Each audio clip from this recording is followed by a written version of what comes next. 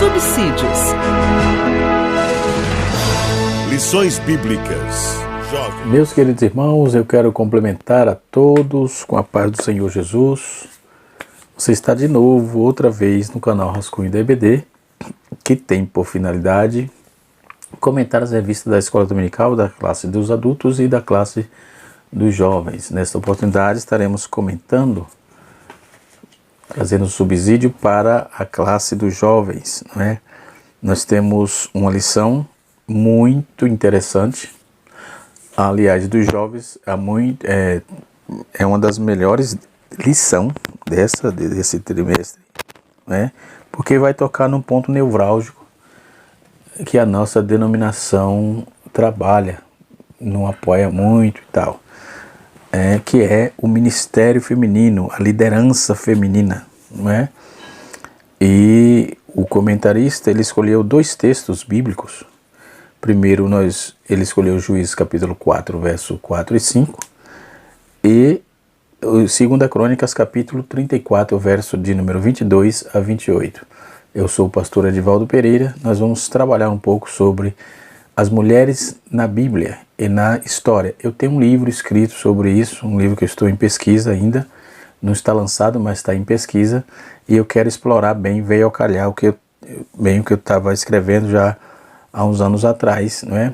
E veio a calhar a lição. Eu quero, vou usar bastante ele aqui, tá certo? Eu creio que vai ser de bom alvitre para a elucidação dessa temática, tá certo? Tem alguns livros que eu marquei aqui para indicar. O livro Ministério de Mulheres, né? Amando e servindo a igreja por meio da palavra. Depois nós temos o livro Mulher Cristã Bem-Sucedida, de Colleen e McKinley, né? E Sarah Sharkey. Depois nós temos A Mulher do Reino, de Tony Evans e Crystal Evans Russe, né? E A Mulher da Bíblia. Tem outros livros, outros materiais, tá certo? Eu tenho bastante material sobre essa temática, não é? E nós tivemos na faculdade, quando estava concluindo a faculdade teológica, tivemos estudos historiográficos muito importantes sobre o desenvolvimento da liderança feminina, então isso vai nos ajudar bastante a elucidar essa lição. Para começar, o comentarista trabalha aqui 3 tópicos. O primeiro tópico é a mulher nas escrituras, não é? Depois ele trabalha a mulher na liderança. Depois ele trabalha uma resposta ao feminismo. Eu também tenho um material muito interessante sobre esse feminismo e a sua influência no Evangelho, não é? O feminismo e a influência no Evangelho. É um assunto que poucas pessoas, principalmente no nosso segmento cristão, não estuda muito, mas é um assunto muito pertinente, muito interessante. E isto posto, nós vamos para a lição propriamente dita, né? As mulheres nas escrituras. Primeiro o comentarista fala sobre a criação da mulher. Depois ele fala sobre a mulher no ministério de Jesus. Depois ele trabalha o papel da mulher, né? Depois ele trabalha a liderança da mulher. Ele aponta aqui Débora e Uda. Eu vou apontar um pouco mais, tá certo? Nós vamos ver as mulheres na Bíblia e na história. Tudo bem? A começar de Sara. Nós temos Sara, temos Agar, temos Miriam, temos Queitura, temos Rebeca, temos Bila, temos Zilpa, temos Leia, Diná, Tamar, Joquebede ou Jocabede, né? Zípora, Puá, Sifrá, Mala, Noa, Ogla, Tirsa, Axa, Débora, Jael, Judite, Noemi, Ana, Merebe, Mical, Abigail, Rispa, Abisag, Atalia, Esther, Uda e as 6 Marias. Nós temos também na Bíblia, no Novo Testamento, 6 Marias. Temos Berenice, temos Herodiades, temos Rode, temos Priscila, temos Febe, temos Júnia, temos Trifena, temos Trifona, temos Lídia, Damares, Pérside e Lloyd e Eunice, não é? Então essas mulheres, um pouco das mulheres da Bíblia, não é? Todas as pessoas, essas mulheres aqui tiveram uma importância ímpar, não é? No desenvolvimento da fé, no desenvolvimento da historicidade da Bíblia, enfim, trouxeram contribuição esplendorosa, né? É só trabalharmos isso. Na verdade, quando vamos falar em simpósio de mulheres, às vezes o pessoal quer só glória a Deus e aleluia, mas temos que aprender. Quem era Trifena? Quem era Trifona? Não é? Qual é o papel de Puá? Não é? Qual é o papel de Cifrá? Malá, não se ouve falar. Noá, não se ouve falar. O Noa. Ogla, quem é Ogla? Tirsa, o que faz Tirsa? Axa, não é? As 6 Marias, qual é a importância? Berenice, não é? Herodiades, quem era Herodiades? Rode, enfim, Pérside, Lloyd, Eunice e várias outras mulheres. Na história, as mulheres e as histórias, elas estão ligadas sobre as mulheres cristãs. Por exemplo, a Bíblia diz em Atos 8, verso de número 1 a 4, que elas foram perseguidas. Aí nós temos profetisa, né, que lá no capítulo 21 de Atos, verso de número 9, deixa eu abrir aqui uma Bíblia. Deixa eu pegar aqui a Bíblia da esposa, né? Da minha esposa. Tá fácil aqui. Então, Atos, capítulo de número 21, verso de número 9. Atos 21, 9. Então, vejamos. Né? Tinha 4 filhas donzela que profetizavam. Então tinham as mulheres profetisa, né? As mulheres também foram perseguidas em Atos capítulo 8, verso de 1 a 4. Então vejamos o que diz o texto, só para embasarmos a nossa aula aqui. Lembrando que essa aula é a aula de número 6, que tem como título exemplo de liderança feminina, não é? Lição de número 6 da classe dos jovens, que tem como título geral a liderança da Igreja de Cristo. Ok? Então, Atos capítulo 8, verso de número 1 até o versículo 4. Vejamos então o que está escrito no texto. E também Saulo consentiu na morte deles e fez naquele dia uma grande perseguição contra a igreja que estava em Jerusalém. E todos foram dispersos pelas terras de Judá e da de Samaria, exceto os apóstolos. Versículo 2. E uns varões piedosos foram enterrar Estevão e fizeram sobre ele grande pranto. Saulo assolava a igreja, entrando pelas casas, arrastando homens e mulheres, e encerrava na prisão. Versículo 4. Mas os que andavam dispersos iam por toda parte anunciando a palavra. Mesmo com essa perseguição toda, a igreja não parou. Não parou. Muito bem, vejamos então. Na Grécia, na Alcaia, as mulheres também foram importantes. Paulo comenta isso no capítulo 2, do capítulo 11 de 1 Coríntios, capítulo 11, versículo número 5 e versículo 13. Depois Apocalipse aponta as mulheres na Ásia, não é? Também, então, a mulher estava em toda parte na historicidade da igreja, ok? Então, a criação da mulher foi uma parte fundamental no plano divino, não é? Na verdade, homem e mulher foram criados juntos, não é? Porque está escrito aqui em Gênesis, pode até criar uma certa polêmica, mas é o que está escrito aqui, macho e fêmea o criou. Existem 2 verbos que precisamos trazer à tona aqui. O verbo bará, que é criar do nada, e o verbo yatsá, que é da forma. Não é? Então Deus cria no capítulo 1 e no capítulo 2 ele dá forma fazendo os casal. Mas eles foram criados junto. Vejamos então o que está escrito no capítulo 1, versículo 25. E fez Deus as bestas feras da terra, capítulo 1 de Gênesis. Não é? E disse Deus, façamos o homem a nossa imagem conforme a nossa semelhança e domine sobre os peixes do mar. Criou Deus o homem a sua imagem e semelhança, criou Deus, macho e fêmea o criou. Não é?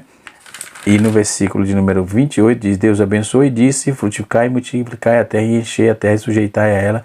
Então Deus cria aqui, no versículo 27, aqui a ordem de procriar, de fazer multiplicar, né? E sujeitar os animais e tudo que já havia sido criado, porque os animais foram criados antes, né? E disse Deus: eis que tenho dado toda a erva, tal, e disse: olha, que a erva que eu, umas para comer, que dá semente, outras que não vai servir. E todo animal da terra. E viu Deus que quanto tinha feito era muito bom, e foi a tarde e a manhã do sexto dia.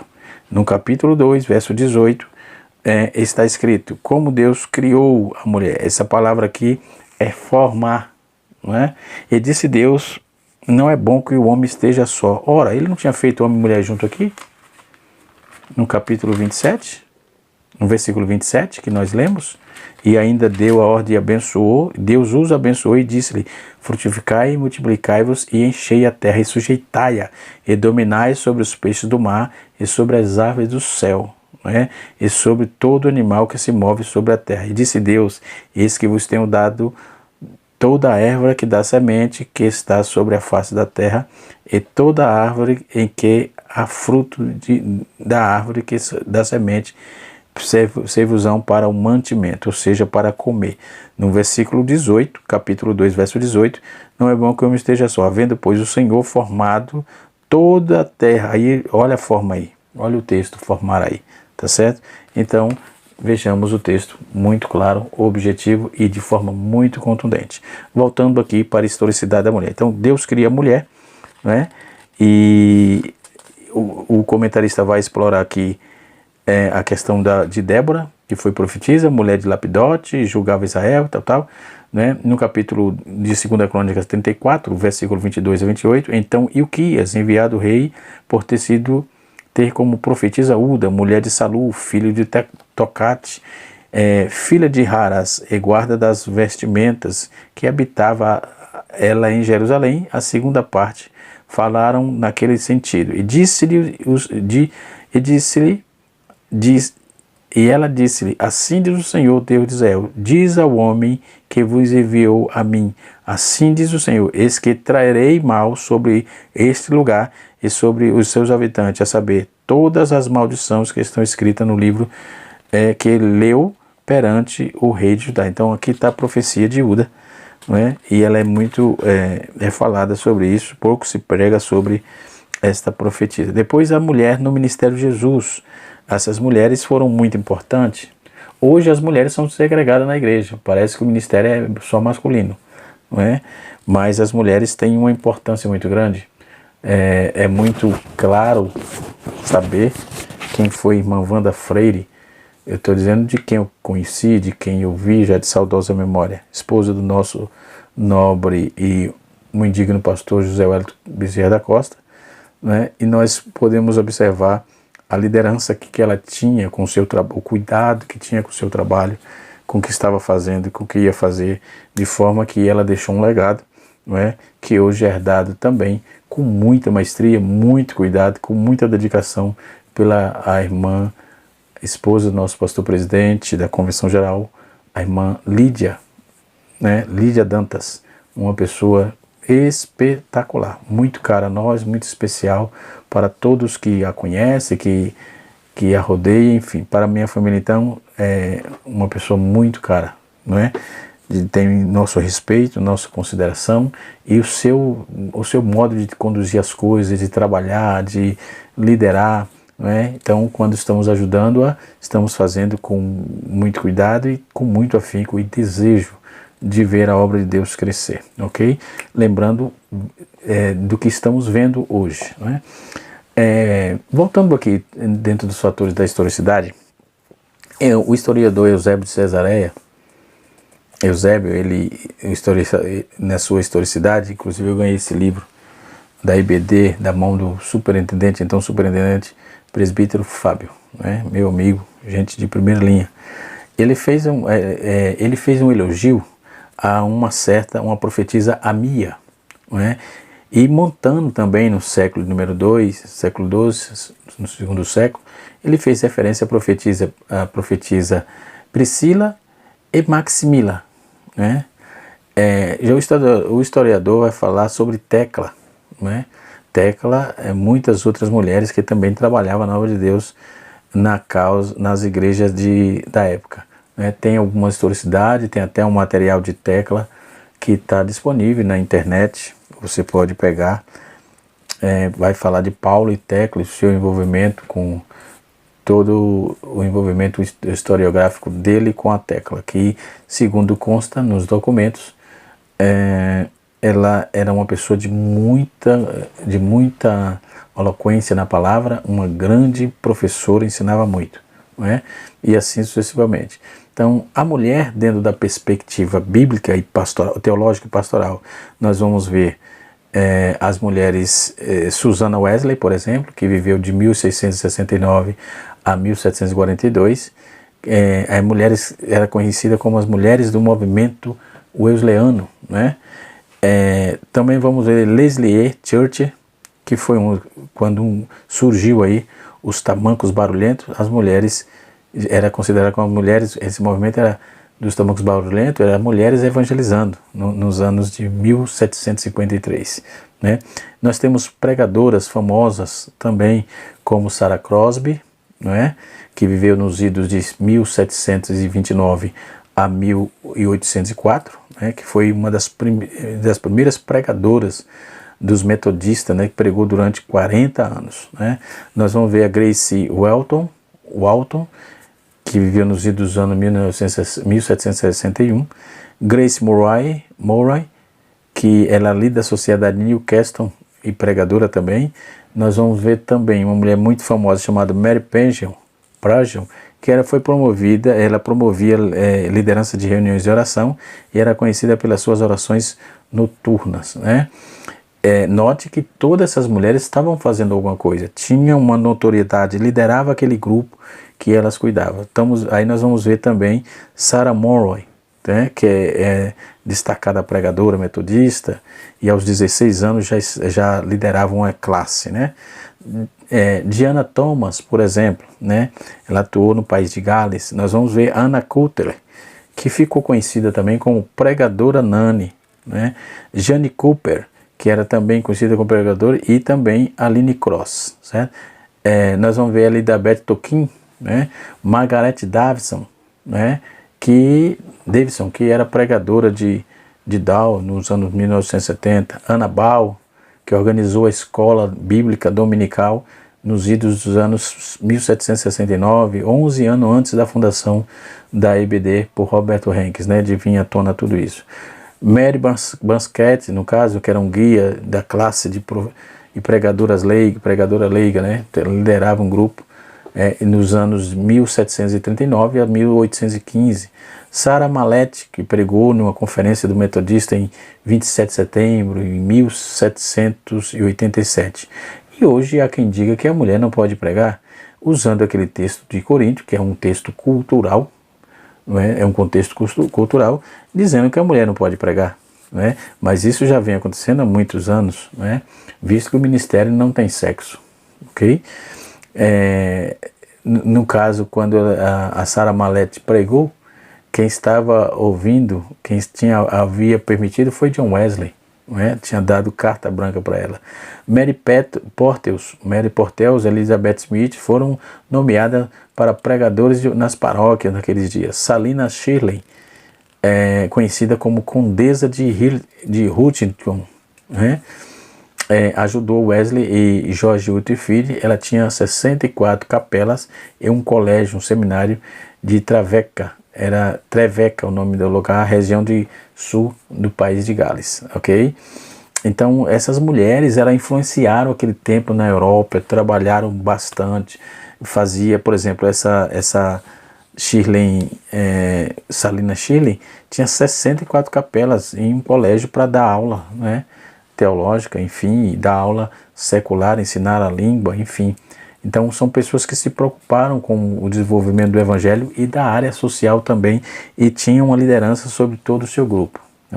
Quando vamos falar de liderança feminina, isto é histórico. Outro fator interessante, quando vamos trabalhar a questão dos Estados Unidos da América, por exemplo, as mulheres líderes ali nos Estados Unidos.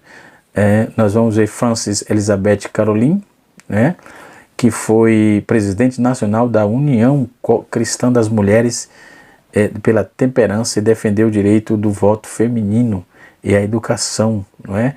Foi a primeira organização de mulheres americana, foi fundada por ela, Elizabeth Caroline Willard, né, que viveu nos idos de 1839 a 1898, ok?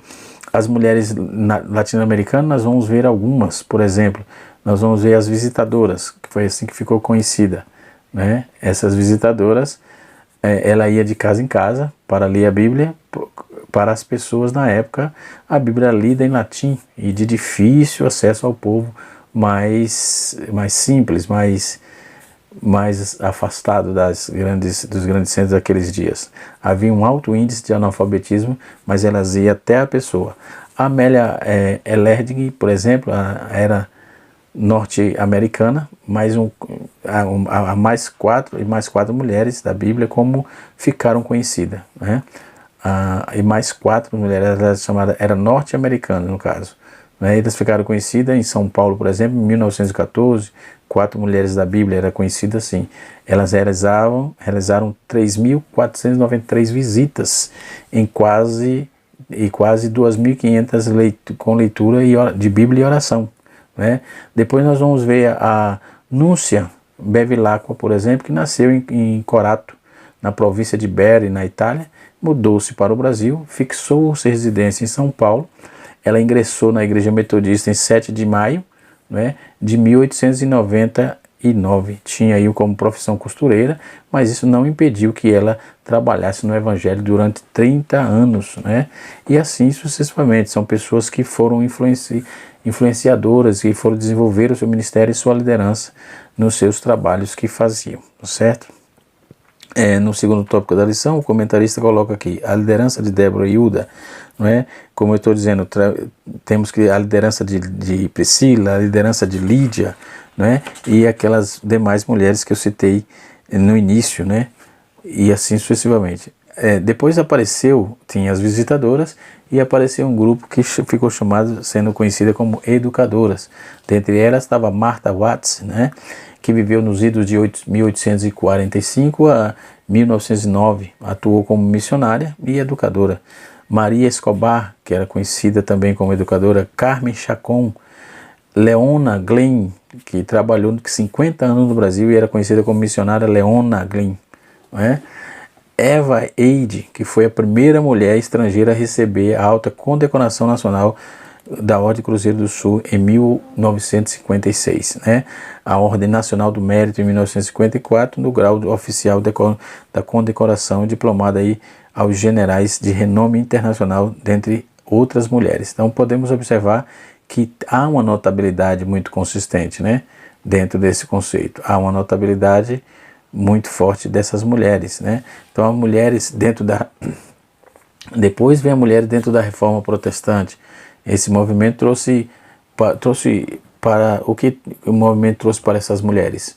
Foram elas que encorajadas, fortalecidas, e tem Catarina Vumbora, tem outras mulheres que eu vou citar aqui, né? E não havia dúvida de que as mudanças que estavam vivendo, né, naqueles dias, então vieram da coragem a Martinho Lutero. No entanto, o movimento da reforma é mais do que somente o movimento Martinho Lutero, mas muitas pessoas, homens e mulheres, dentre eles, estiveram envolvidas aí e morreram por mudanças na igreja, né?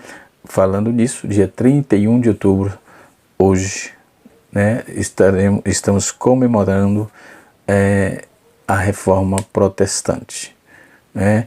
Estamos comemorando a Reforma Protestante e, graças a Deus, a Bíblia chegou até nós por meio da Reforma. Foi um dos movimentos que ajudou muito, né? Trouxe algumas conturbações devido a alguns pensamentos aleatórios de alguns, mas, no geral, ela foi muito boa, não é? A Reforma. Será que precisamos de outra reforma? Né?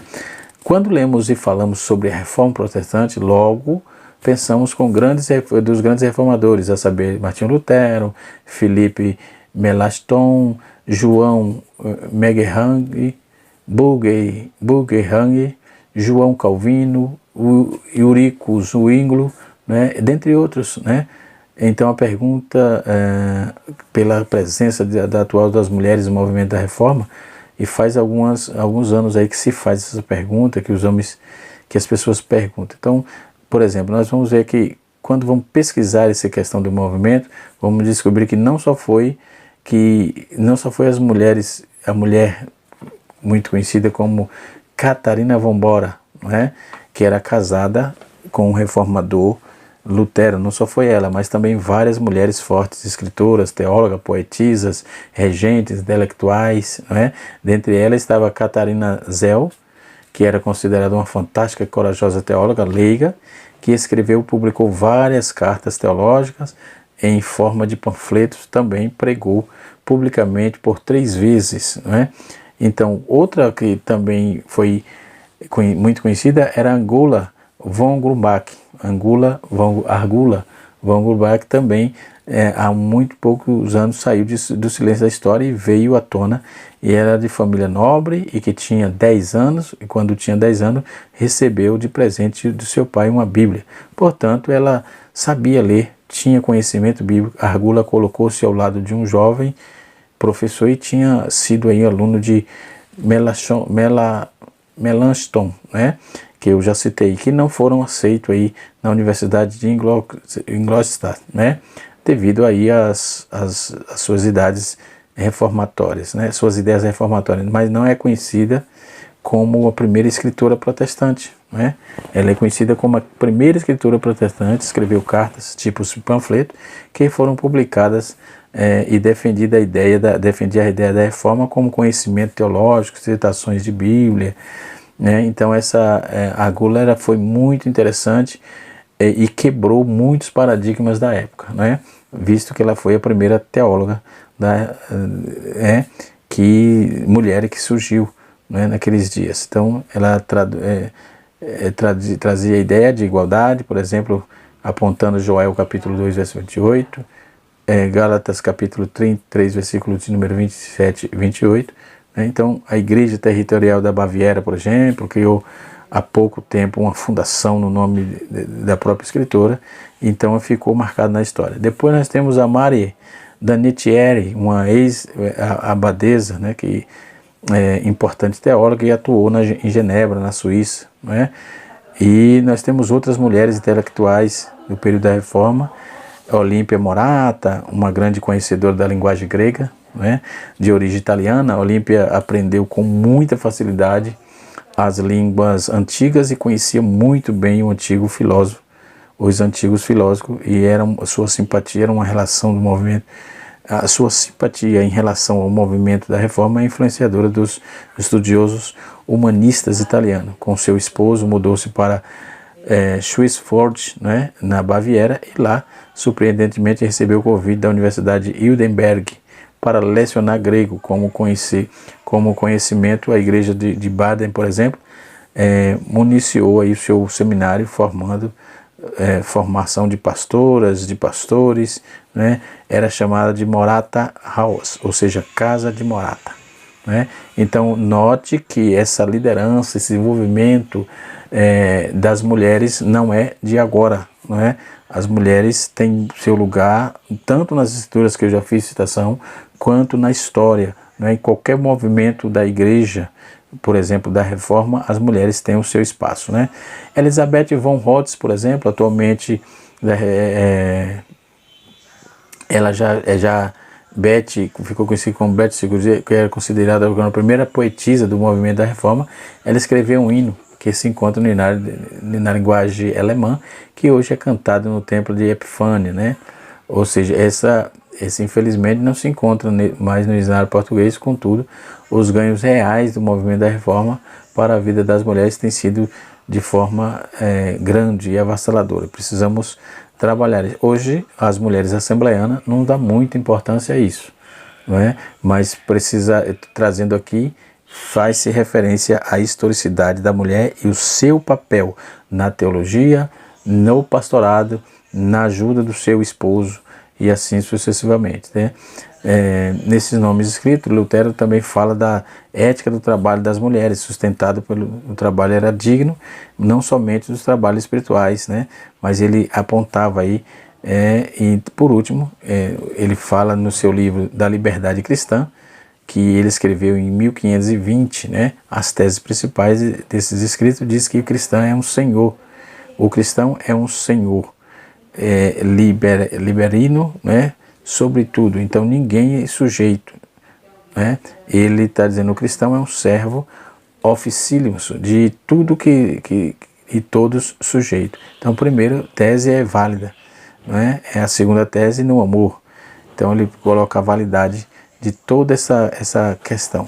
E a Catarina von Bora, por exemplo, junto com outras companheiras, Ursula von Sternberg, Elisabeth von Maastricht, por exemplo, elas foram muito importantes para a reforma, que elas também fundaram mosteiros, né? Elas também trabalharam com isso, né? Conventos, elas saíram do convento por vontade própria e elas receberam aí, uma convenção não havia possibilidade de praticar o amor ao próximo que classes desejavam, mas elas se soltaram e foram trabalhar no ministério, né, usando todo aquele conhecimento que as tinha, né, baseado nesse contexto, né, quando vamos ver a liderança dessas 4 mulheres que foi relacionada aqui, que é muito pouco dentro daquilo que eu já falei no início, Sara e várias outras mulheres que tinha notabilidade gigante, grande, muito grande. O terceiro tópico fala dá uma resposta ao feminismo, né? Eu até preparei um material sobre o feminismo aqui, mas devido à exiguidade do tempo, aí, por o vídeo não ficar muito grande, para trabalhar aqui dentro dessa questão, não é? Eu fiz um trabalho aqui sobre essa questão do feminismo, não é? Mas devido à exiguidade do tempo não temos muito o que falar, vamos trabalhar só a revista mesmo, não é? Por exemplo, a desafiadora realidade do feminismo. O movimento ideológico conhecido como feminismo teve influência direta no marxismo, cuja ênfase é a desconstrução da família tradicional sob o argumento de que esse modelo promove a opressão da mulher, influenciado por autores como Simone Beauvoir, Judith Butler e adeptos desse movimento que arvoraram a bandeira do feminismo, de ataques frontais ao padrão bíblico. Essa Simone francesa aí causou um burburinho terrível, né? Ela deu muito trabalho, né? Mas a igreja ela está plantada, não vai ser destruída por essas posições, tá certo?